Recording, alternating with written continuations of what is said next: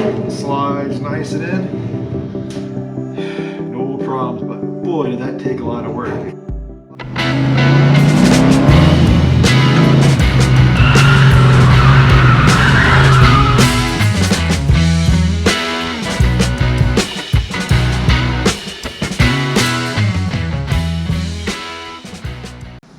My name's Wayne and welcome back to the channel. Today is the first project in my M416 Overland trailer build series. What we're going to be doing today is adding a 2-inch receiver tube to the back of the trailer.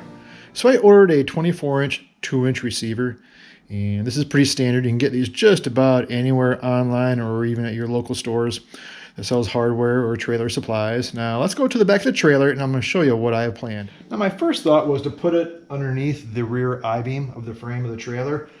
But after thinking about it, I didn't want that to be the new lowest point of the trailer.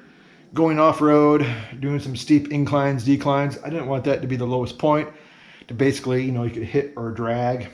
So after taking some measurements, I decided that I'm going to cut basically a 2.5-inch square hole in the rear of the C-channel. And then I'll make some reinforcing brackets to bolt to the C-channel as well as to the front C-channel. But first thing we're going to do is we're going to have to get a hole cut in. But before we're going to do that, this little tab here is right in the middle. So we're going to have to grind those welds off of this tab, relocate it a little bit, and then also clear off this sheet metal so we can cut our 2.5-inch hole in a perfectly good frame rail. So my preferred method of destruction on this one is going to be my Makita 4.5-inch death wheel. Now I currently only has a typical grinding disc, so I ended up ordering this 4.5-inch metal cutting wheel. So we're going to get this swapped over, get some lines scribed out on the rear C channel, and we'll see how that works. First thing I want to do is get the bolt out of this bracket and start cutting those welds out. We'll put these in a safe spot because I'm sure we'll lose them later. Alright, now this disc might be a little aggressive for these welds, but I already got it loaded up and I'm just really curious to try it, so let's see how it works.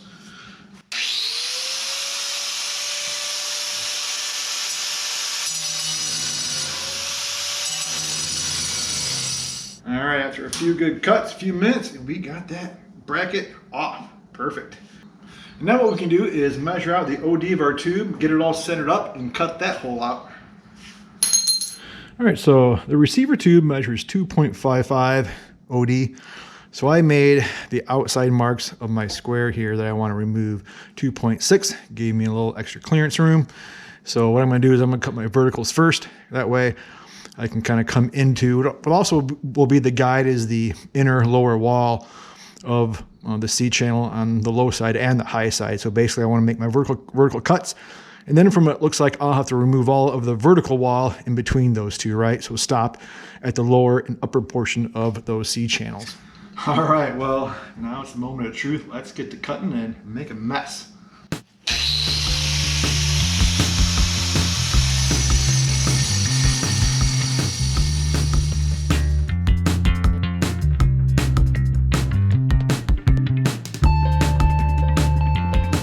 All right, making good progress. But that 4.5-inch blade is so large you really can't get into the corners.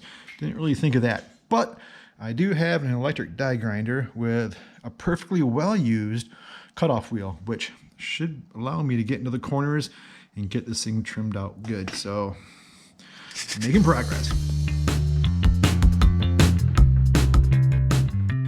Have it all cut out, and I'm going to have to probably work up into the vertical and lower just a bit to get it perfectly centered and remove the least amount of material I have, but so far, boop. Nice, we got a door. All right, so what you can actually see is my mark is there's a little bit of a lip right here, so I can actually go a little bit lower, and that's why I didn't want to go all the way up to this line, because I realized this line was a little bit higher than what would have worked. So I'm gonna have to squeeze it down a little bit and go up a little bit, and yeah, get it all tweaked in. All right, so I had to switch to my least favorite tool I own, which is my grinder with the carbide burr. I just needed to feather in the lower and upper edge. Basically, the horizontal wall of this C channel has a taper on it, and I got to remove that taper because this receiver tube just is barely gonna fit. I didn't realize it was gonna be quite that close, but I knew it was gonna be close, but I'm having to use my burr just to remove that taper, feather in the top and bottom walls. We're almost done. The side walls are good, but we have a little more grinding to do on the top wall and we'll be done.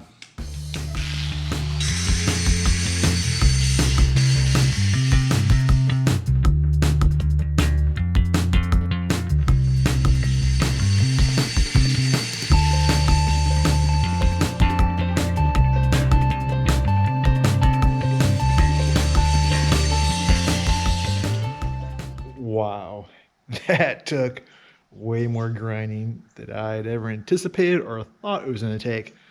I knew I was going to need to massage the frame rail to get the tube to pass through, but man, I worked on that for a long time and I just made a complete mess of everything. I had, using that carbide burr, left shavings all over me like I knew it would in the garage, and I was just worn out from it. It's actually the next day.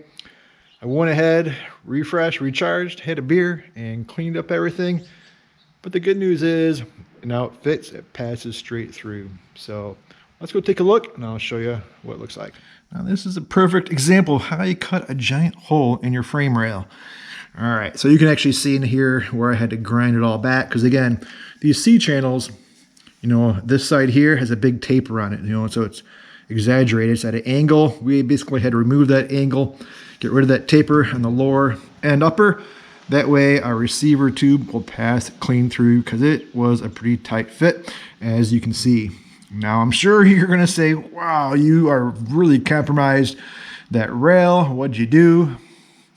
I agree. It definitely is compromised now. It's weakened, but what I've already done is I already designed up a great big bracket that we're going to put in place, and I'll show you that later. And remember, I'm only going to be putting a bike rack on this hitch, so I won't be pulling anything. Probably the most it's going to really hold is probably maybe 100 pounds, maybe 110 pounds, 3 bikes in the rack itself. So we're not going to be putting a lot of weight to it. But now what we do need now is figure out how much we need to take off that receiver tube. It's 24 inches, and I'm going to have to take a couple inches off of it. And once we do that, then we're going to probably taper, use the grinder on that receiver tube so it fits in the next C-channel frame rail.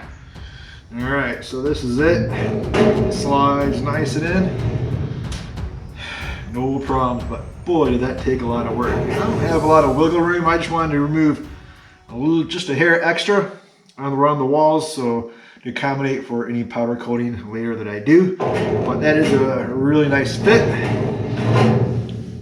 But if you're going to do that yourself, I'm just warning you, it's going to take a lot of work. But your only other option really to add a receiver is, if you want to, is below it, which, at the time yesterday, I was kind of thinking might be a better option.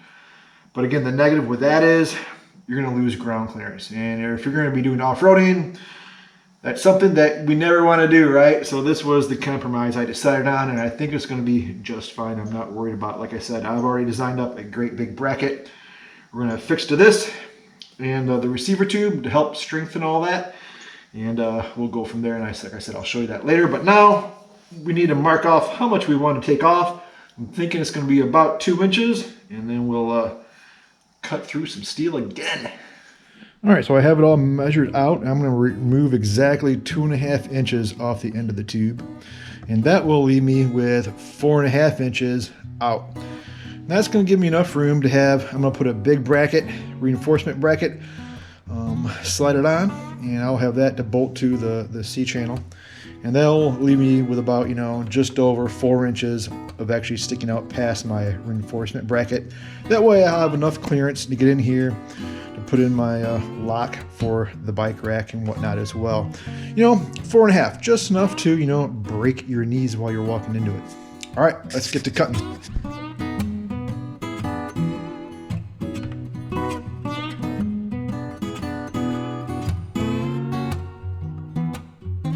Somebody has definitely used this trailer and probably dropped a couple boulders in it, so the floor pan with the tub here is bent down a little bit and won't quite fit into that C channel.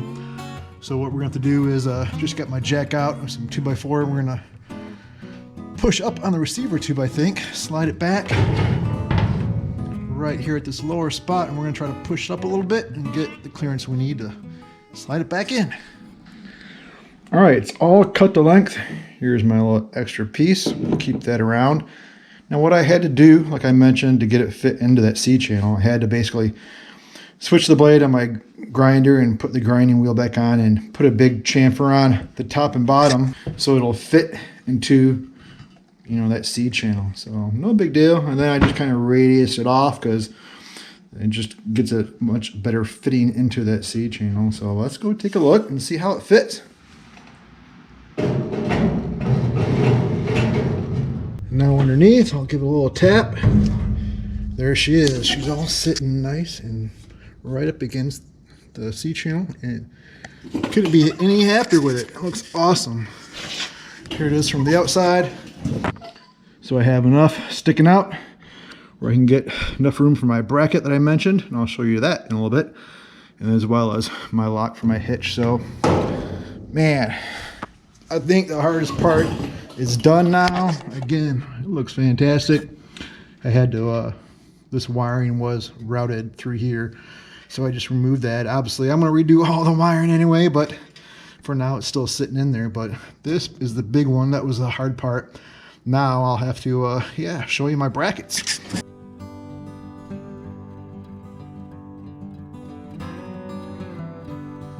So I decided to do a 3D CAD model of the frame rails and my bracket idea. This is a great way to visualize like your idea and your concept, and then you can make some tweaks and adjustments to it before I actually cut any metal. And then that's exactly what I did. And once I had the rear bracket all finalized, I sent it out to a company called Send Cut Send, and they cut it out for me and shipped it to me. I had it within a week, and the price was really reasonable, and I was really impressed with it. It was the first time I'd ever used their services before, and I definitely will use them again. And then the front bracket, I'm going to go over to my buddy Mike's shop, 33 Mile Garage. He's got a YouTube channel, and we're going to cut those green brackets out of some angle iron, and he's also going to weld the rear bracket onto my receiver tube for me, so this will be fun.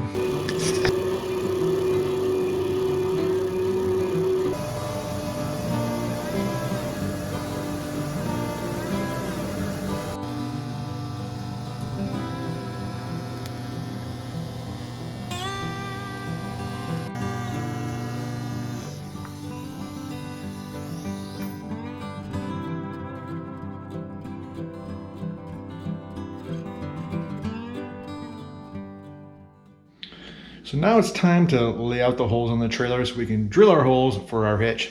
And now I'm going with some beefy hardware. These are 5/8 grade 8 plated bolts, washers and lock nuts. So yeah, massive. I told you we were going to reinforce that C-channel, and this is how we're going to do it with this new bracket. Big and beefy. I like it. So I have a 41/64 drill bit. I'm going to drill out the frame. It's going to take a while. It's going to take up some work, but let's lay them out and get to it.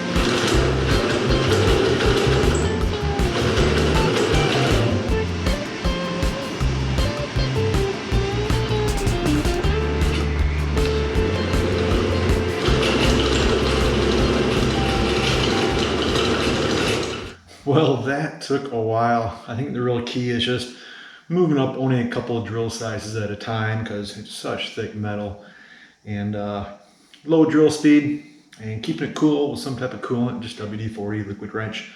That seemed to work pretty well, but now it's all done. And let's check our fitment and see how it all fits up.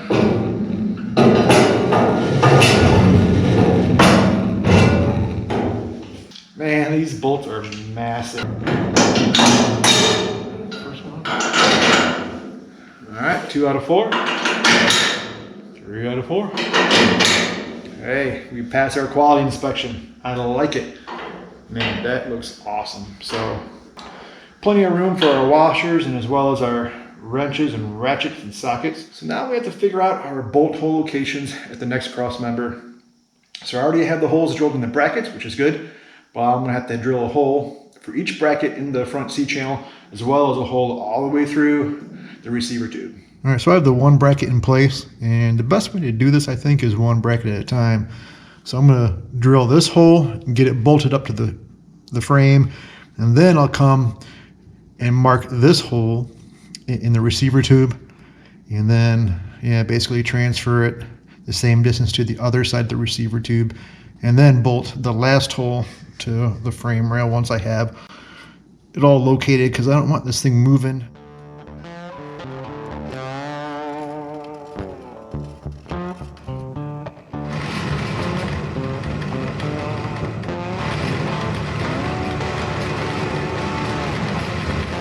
So the right side bracket is all in place and fitting nice and flush. Now we're going to mark up this hole and drill it up.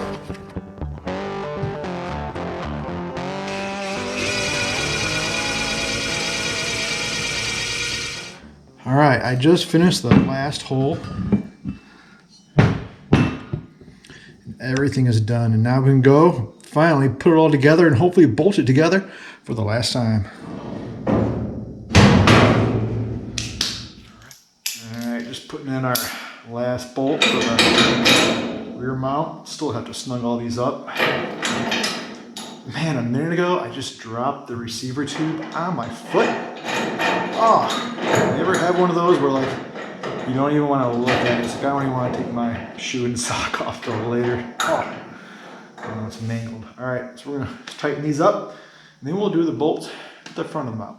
You know, actually, before I tighten up those bolts, I want to leave everything kind of loosey so I can put my long bolt through both the front brackets and the receiver tube, because that might be the hardest one to get aligned.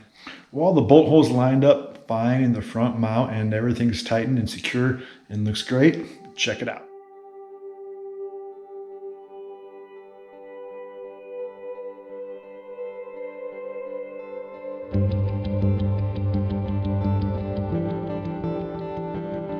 You know, it looks great and I'm super happy with it.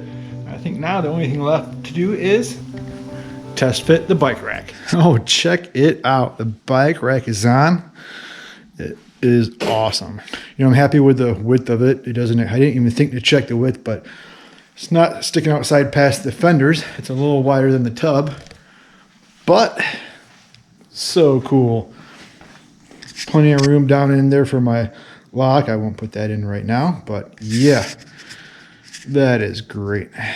Let's unfold it and take a look. So that's how she looks. I've got room for my 3 bikes, and this one thing I really like about this bike rack too is that it's at a nice angle, right? So it's not going to really hurt too much of ground clearance unless I do some crazy off-roading, but I think that's going to be absolutely perfect. I mean, let's take a measurement real quick. At the back of the rack, I have 29 inches, so that's pretty cool. Wow, oh, so awesome. So I had to wheel it outside and just throw the wife's bike on it real quick and just to get a look.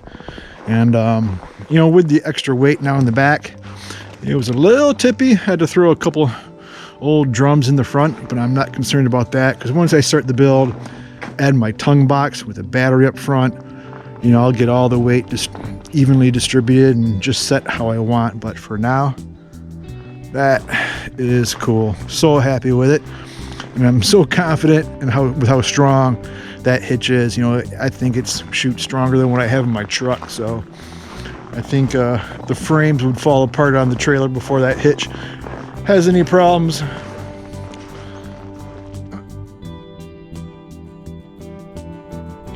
Well, that is going to be it for this video. Hopefully you enjoyed it, and if you did, please hit the like button, and don't forget to subscribe if you haven't yet. You know, if you turn on the bell notification, you'll be notified each and every time I upload a new video. Thanks for watching, and I'll see you next time.